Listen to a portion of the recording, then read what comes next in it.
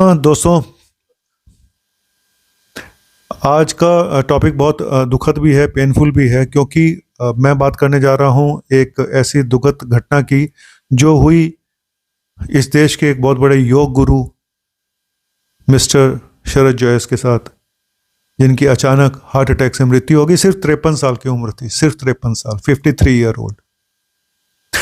योग गुरु से ज़्यादा फिट इंसान कौन होगा जो दूसरों को योग सिखाता है।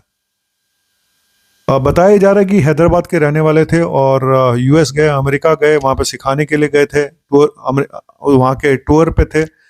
और वहाँ पे हाइकिंग के लिए गए जाते हैं, मतलब पैदल यात्रा करने के लिए। और ये मुझे नहीं पता कि वो पहाड़ पे गए थे या मैदानी पैदल यात्रा थी। और एक लंबी यात्रा होती है तो उसमें उनका कुछ एक्सर्शन हुआ और हार्ट पे कुछ स्ट्रेन पड़ा और हार्ट अटैक हुआ और उनकी डेथ हो गई।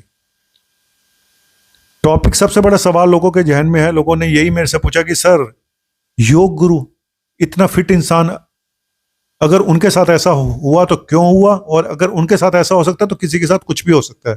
बिल्कुल, मैं आज यहाँ पे एक बहुत इंपॉर्टेंट टॉपिक की चर्चा करूंगा कि बहुत सारे लोग बोलते हैं, दो दो टॉपिक हैं आज के। एक तो age is just not a number, लोग बोलते हैं age is just a number, ठीक है। दूसरा कि जेनेटिक्स, जीन्स, ये भी एक चीज होती है जो किसी को नहीं बख्शती। आप कितने भी फिट हों, कितने भी बड़े योग गुरु हों, कितने बड़े डॉक्टर हों, वो नहीं बख्शेगी आपको। अगर आपकी जीन्स में कुछ ऐसा है, अगर आपको विरासत में कुछ बीमारी मिली है, तो वो छोड़ेगी नहीं। आप उसको किसी हद तक कम कर सकते हो, लेकिन आपको बहुत अलर्ट रहना पड़ेगा। मैं आता हूं इसी टॉपिक पे, हार्ट अटैक के टॉपिक पे, हार्ट प्रॉब्लम के टॉपिक पे। मैं हमेशा बोलता हूं कि अगर आपकी फैमिली में किसी को यंग एज में हार्ट अटैक हुआ है, यंग एज में डेथ हुई है, या मिडिल एज में हुआ है, चाचा में, ताया में, मामे में, मामियों में ये हिस्ट्री है, तो आपको काफ़ी सावधान रहना चाहिए। भले ही आप कितने भी फिट इंसान क्यों ना हो, आपको अपने प्रिवेंटिव हेल्थ चेकअप करा के रखने चाहिए। आपको अपनी और मैं हमेशा बोलता हूँ कि 2 टेस्ट मेरे जो मैं हमेशा अपने भी करा चुका हूँ, इकोकार्डियोग्राफी और सीटी कोरोनरी एंजियोग्राफी।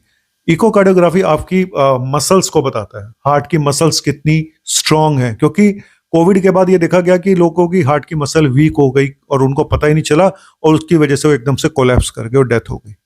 और दूसरा की ब्लॉकेज है ना, जिसकी वजह से हार्ट अटैक होते हैं, तो वो कहाँ से पता चलेगा?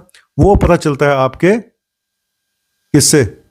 सीटी कोरोनरी एंजियोग्राफी, जो बहुत छोटा सा टेस्ट है और कोई बहुत महंगा टेस्ट भी नहीं है। हम लोग जो डिस्काउंट पे करा के देखते हैं तो 7,500-8 हज़ार रुपए में टेस्ट हो जाता है। चलिए, ये तो एक बात हो गई टेस्ट की। अब मैं दूसरी टॉपिक पे आता हूँ, एज के ऊपर। जब लोग 50 साल के होते हैं, बड़ी खुशी से 50वां अपना जन्मदिन मनाते हैं, तो लोग बोलते हैं कि age is just a number, age सिर्फ एक नंबर है। मैं इस बात पे 2 राय रखता हूँ। ऐसा बिल्कुल हो सकता है कि एक 40 साल का लड़का एक 50 साल के लड़के से ज्यादा बूढ़ा हो। क्यों? उसने अपने आप को बर्बाद कर लिया दारू पी के, सुट्टे मार के, और वो ज्यादा बूढ़ा लगने शुरू हो गया, उसकी बीमारियां ज्यादा हैं, और 50 साल वाले को कोई बीमारी नहीं, ये मैं मानता हूं। लेकिन एक 50 साल का उम्र का आदमी क्या उतना ही फिट है जितना वो 40 साल की उम्र में था? या जब वो 60 साल का होगा तो क्या वो उतना ही फिट होगा जितना वो 50 साल में था? बिल्कुल नहीं, बिल्कुल नहीं। आपकी बॉडी डिजेनरेशन में जाती है, आपके अंग धीरे धीरे वीक पड़ने शुरू हो जाते हैं, आपकी मसल, आपके टेंडन, हर चीज, आपका हार्ट, बॉडी, सब। आप उसको इंप्रूव कर सकते हैं। कहते हैं एजिंग ग्रेसफुली होनी चाहिए, मतलब टाइम के हिसाब से आप ग्रेसफुली एजिंग में जा रहे हो, बहुत अच्छी बात है। आप अपनी शक्ल सूरत को सुधार सकते हो। आप एज के साथ और ज़्यादा कॉस्मेटिक आजकल नया नया आ गया है, आप उसको इस्तेमाल करके और जवान लग सकते हो। लेकिन साथ ही साथ हमें अपनी बॉडी पे भी ज़रूरत से ज़्यादा ध्यान देना पड़ता है। हम जो काम पहले कर रहे थे वो हमें चेंज करने पड़ते हैं, हमें एक्सरसाइज ज़्यादा करनी पड़ती है, हमें खाने की डाइट पे बहुत ध्यान देना पड़ता है। हम वो सब चीज़ें नहीं करते जो हम जवानी में करते थे, तो तभी हमारी एजिंग ग्रेसफुली होती है और अच्छी होती है।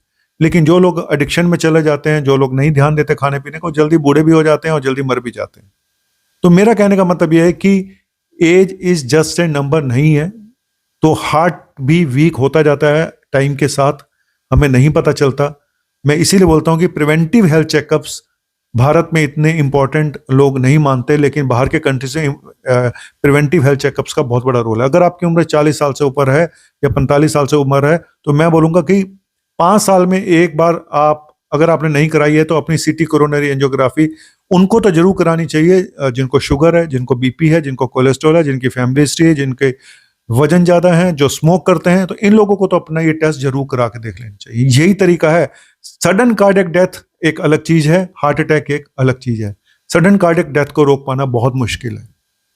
वो होता है कि आपके हार्ट की इलेक्ट्रिकल एक्टिविटीज में कुछ गड़बड़ हुई, सर्किट में गड़बड़ हुई, एरिथमिया हुआ, पल्स फास्ट हो गई, एबनॉर्मल हो गया और मरीज चला गया। तो उसको रोक पाना मुश्किल है, लेकिन हार्ट की ब्लॉकेज का पता लगा लिया जाए, आप इलाज करा सकते हैं। हार्ट की मसल का पता चल जाए, आप दवाइयों से उसको स्ट्रॉन्ग कर सकते हैं। लेकिन जब तक हमें पता ही नहीं है तो फिर तो चलिए, छोटा सा वीडियो तो बहुत दिनों के बाद मैं आया हूं, और आप लोगों से बोलूंगा कि जिस तरह के हालात कोविड के बाद पैदा हुए हैं, कुछ लोग वैक्सीन को दोषी मान रहे हैं। मेरा मानना है कि इसमें कोविड का भी बहुत बड़ा हाथ है, जिसने हमारी बॉडी के अंदर इन्फ्लेमेशन किया है। इस इन्फ्लेमेशन की वजह से हमारी बॉडी पे बहुत बुरा असर पहुंचा है, इसमें कोई दो राय नहीं है।